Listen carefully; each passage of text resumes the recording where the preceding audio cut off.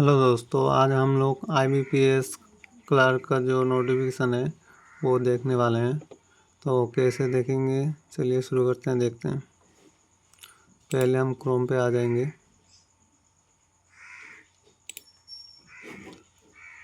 यहाँ आने के बाद IBPS सर्च करेंगे।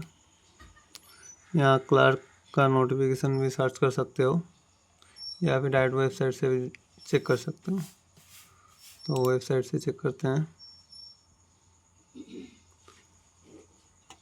यहाँ नीचे स्क्रॉल करना। ये रहा 1 तारीख का है नोटिस। तो यहाँ क्लिक कर लेते हैं। यहाँ ये नीचे वाला नोटिस है, ऊपर वाला ऑनलाइन है, तो यहीं जाते हैं पहले। ये रहा, यहाँ से हम लोग अप्लाई कर सकते हैं। और ये नीचे है नोटिस, ठीक है, 31 जुलाई का है। तो यहाँ से हम नोटिस चेक करेंगे।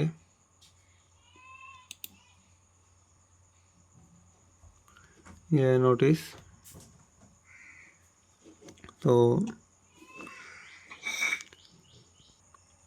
ये है ऑनलाइन रजिस्ट्रेशन का टाइम, जो कि 1 तारीख से 21 तारीख तक है। उसके बाद यहाँ हम लोग को पेमेंट करना है 1 से 21 तारीख के अंदर ही, ठीक है। उसके बाद हम लोग एडिट या फिर करेक्शन कर सकते हैं। जब रजिस्ट्रेशन कंप्लीट हो जाएगा उसके बाद हम एडिट या करेक्शन कर सकते हैं, ठीक है, अपने फॉर्म को। तो वो है। उसके बाद है सितंबर महीने को हमारा conduct of pre exam training होगा, कि कैसे एग्ज़ाम देते हैं उसका ट्रेनिंग होगा।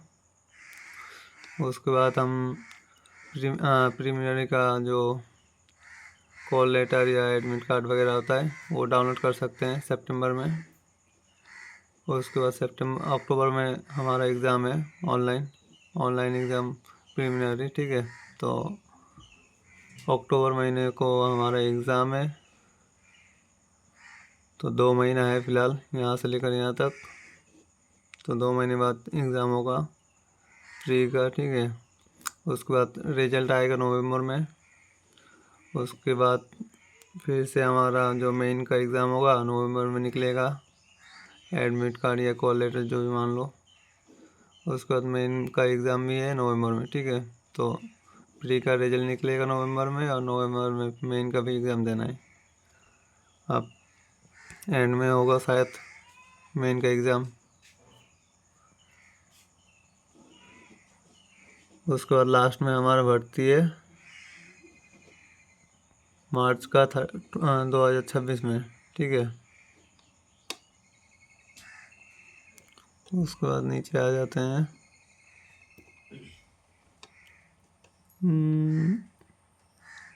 ये कुछ बैंक्स है जो कि इन बैंक्स में वैकेंसीज है, जैसे कि Bank of India, Central Bank of India Punjab, Union Bank, Maharashtra bank, Indian Bank Punjab, Sind bank.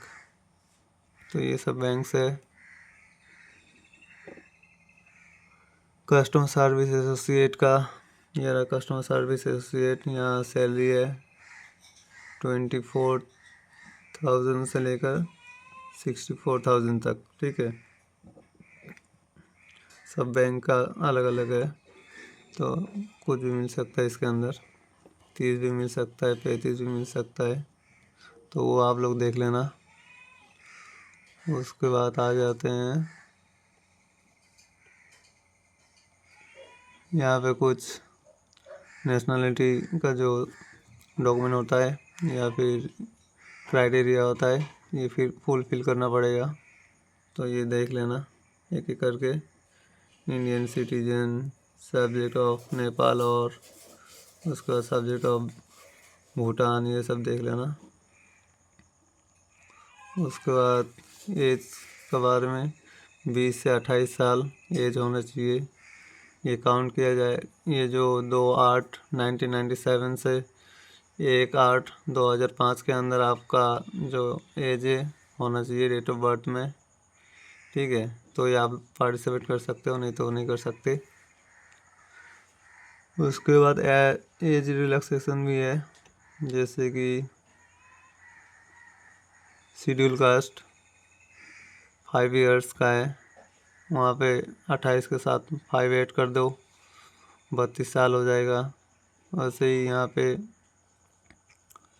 यहाँ पे जो ओबीसी है 3 साल, उसके बाद यहाँ पे जो डिसेबिलिटी से 10 साल, ऐसे करके एज रिलैक्सेशन है वो देख सकते हो।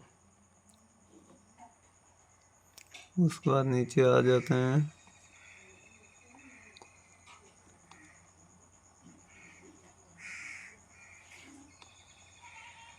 हम्म,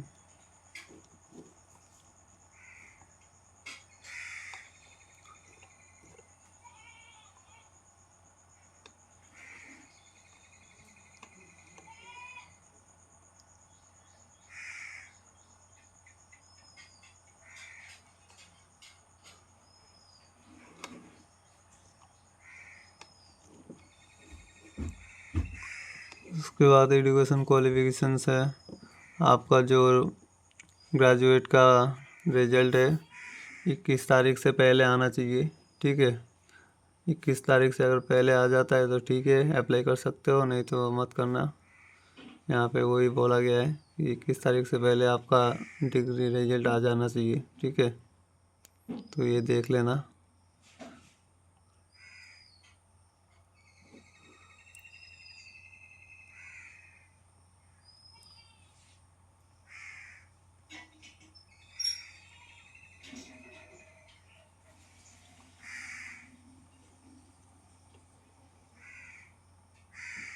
उसके बाद हमारा जो एप्लीकेशन फ़ीस है वो देख लेना।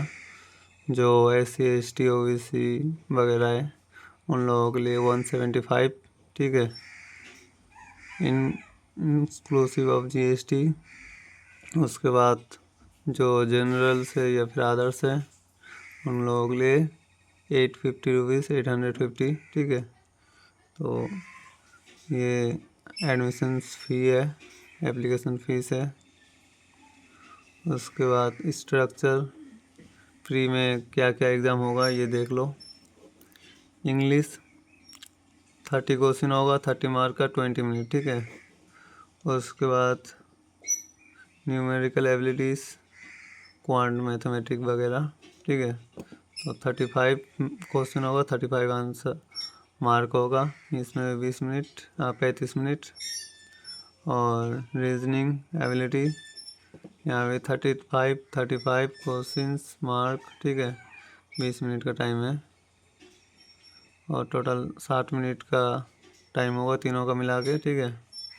और 100 मार्क्स का क्वेश्चंस होगा और क्वेश्चन भी 100 होगा, ठीक है। तो ये प्री का पैटर्न है। उसके बाद आ जाते हैं मेन का पैटर्न में, ठीक है।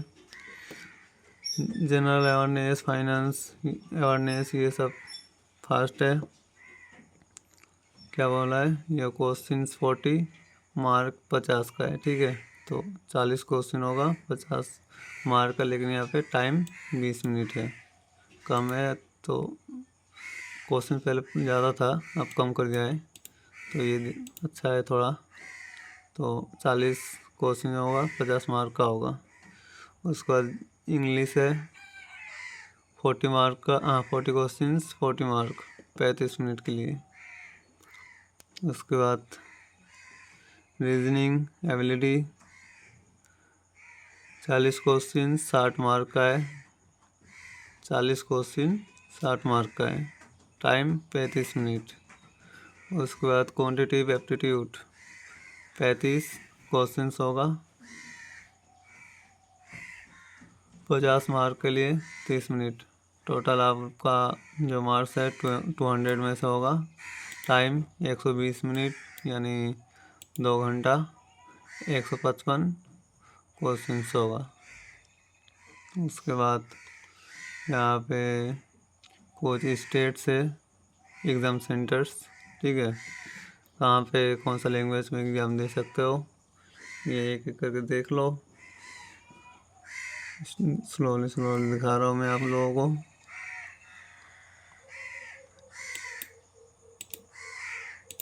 इस साइड स्टेट्स है, स्टेट लैंग्वेजेस है, ठीक है। तो ये लैंग्वेज का आप लोग एग्ज़ाम दे सकते हो। हर स्टेट का अलग अलग लैंग्वेज है, और तो इंग्लिश तो है ही। तो ये सेंटर्स देख लेना।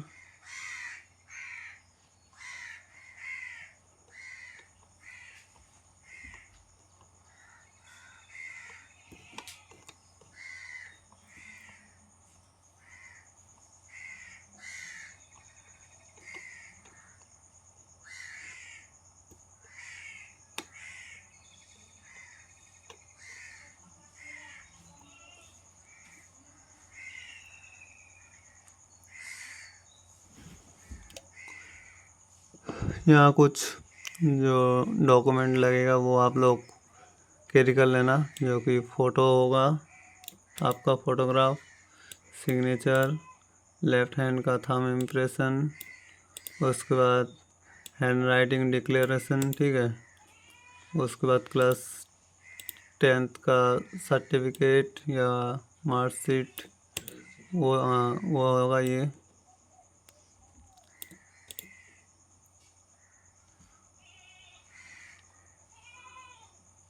उसके बाद can it also required upload the photograph दो द।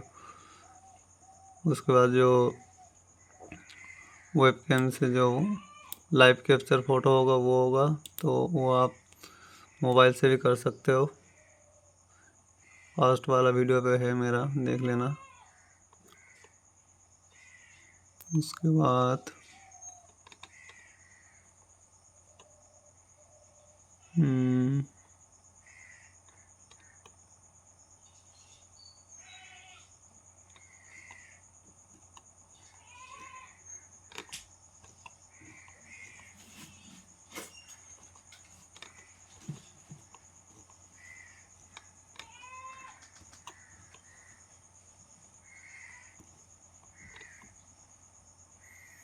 ये जो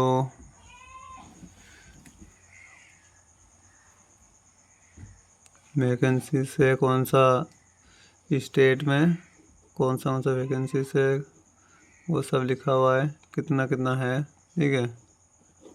तो ये सब देख लेना। वीडियो को स्टॉप करके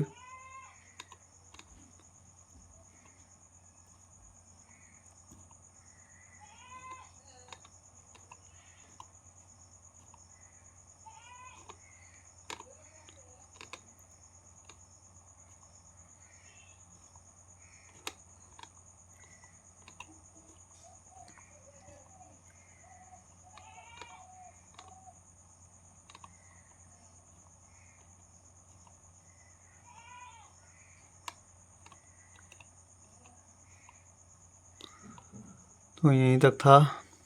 आप लोग कौन सा स्टेट से हो कमेंट कर देना।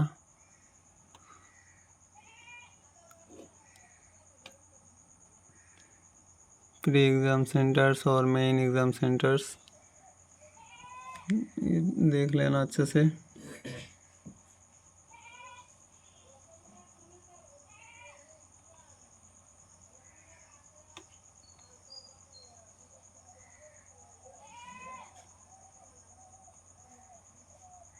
यहीं तक था सेंटर्स।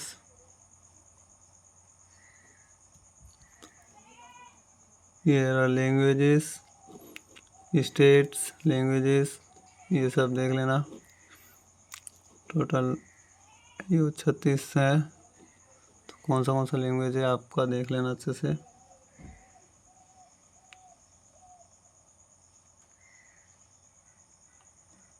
ये लैंग्वेज देख सकते हो। वही उसके बाद क्या क्या चाहिए, वो डॉक्यूमेंट वगैरह रेडी करना है। 6 फोटोग्राफ का साइज़ कितना होना चाहिए, तो 4.5 सेमी इंटू 3.5 सेमी, ठीक है। ये देख लेना। पिक्सल, ये नीचे देख लो, पिक्सल 200 से 230 पिक्सल, ठीक है। 200 से 230 पिक्सल होना चाहिए। उसके बाद साइज़ 20 से 50 KB तक, ठीक है। तो ये साइज़ होना चाहिए 20 से 50। उसके बाद हम आते हैं, ये क्या था, फोटोग्राफ इमेज। उसके बाद सिग्नेचर, तो सिग्नेचर तुम्हारा ब्लैक इंक पेन से होना चाहिए, ब्लैक इंक पेन, ठीक है। उसके बाद साइज़ 140 से लेकर 60 पिक्सल तक होना चाहिए, 10 से 20 KB के अंदर होना चाहिए। यहाँ सारे कैपिटल में नहीं होना चाहिए, ठीक है, कैपिटल लेटर में नहीं होना चाहिए सिग्नेचर। उसके बाद आया लेफ्ट थंब इम्प्रेशन, तो ये हमारा साइज़ इतना से इतना पिक्सल तक होना चाहिए। थंब इम्प्रेशन 200 DPI, या फिर सेमी से भी कर सकते हो, 3 से लेकर 3 सेमी तक। उसका साइज़ है 20 से 50 KB तक, ठीक है। तो ये है थंब इम्प्रेशन का। उसके बाद हैंड राइटिंग डिक्लेरेशन इमेज 800 से 400 तक होना चाहिए, 800 से 400 पिक्सल, DPI 200, 10 से 5 सेमी तक, साइज़ 50 से 100 KB तक होना चाहिए। उसके बाद आपका जो डिक्लेरेशन है, ये है आपका डिक्लेरेशन, अच्छे से देख लो। यहाँ जो ब्रैकेट में है नेम ऑफ द कैंडिडेट, ये नहीं होना चाहिए, यहाँ पे आपका नाम होगा। उसके बाद कोमा देके ये पूरा क्लियर करना है, लिखना है एक क्लीन पेज में। उसके बाद फ़ोटो खींचना है और ये जो साइज़ है इस साइज़ में कन्वर्ट करना है। तो ये डिक्लेरेशन फॉर्म। उसके बाद 10 स्टैंडर्ड सर्टिफिकेट, ये भी अपलोड करना है, PDF में होना चाहिए, A4 साइज़ होना चाहिए, डॉक्यूमेंट साइज़ होना चाहिए। उसके बाद 500 KB के अंदर होना चाहिए, ये भी PDF करना है आपको, फ़ोटो नहीं होगा तो PDF कर लेना। उसके बाद SC ST वगैरह होगा तो वो कर लेना। यही चीज़ें आप लोगों को रेडी करना है, उसके बाद अप्लाई करना है, ठीक है। ये सब SC ST का फॉर्म से फिल करके जमा देना होगा अगर एज रिलैक्सेशन चाहते हो तो, ठीक है। ये रहा कुछ फॉर्म्स, ये सब फिल करना है, जिसका जो है OBC EWS, ठीक है। तो ये है आप लोगों का फॉर्म, एक एक करके देख लेना नोटिस में आके। तो यहीं तक था आज का वीडियो में कुछ भी समझ में ना आया तो कमेंट कर देना, मैं आपको बता दूंगा। Thank you.